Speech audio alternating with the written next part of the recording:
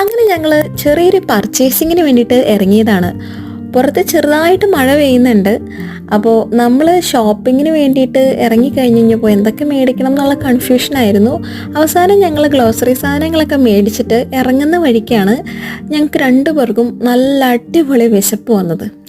അപ്പോഴാണ് നമ്മളവിടെ ഒരു കബാബ് ഷോപ്പ് കണ്ടത്. അങ്ങനെയാണെങ്കിൽ കുറേ നാളത്തെ ആഗ്രഹമാണ് ഈ അബാദിയ എന്ന് പറഞ്ഞ മാളിൽ വന്നിട്ട് കബാബ് തിന്നിരിക്കുന്നത് മോശമല്ലേ എന്ന് വിചാരിച്ച് ഞങ്ങൾ 2 കൂടി കബാബ് സെൻറ്ററിലേക്ക് പോയി. ചായനാണെങ്കിൽ കബാബ് ഓർഡർ ചെയ്തു. ഞങ്ങൾ മോസ് കബാബാണ് ഓർഡർ ചെയ്തത്.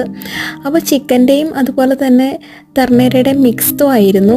അത്യാവശ്യം നന്നായിട്ട് കഴിക്കാനുണ്ടായിരുന്നു. വയറ് നിറയാനായിട്ടുള്ളതുണ്ട്.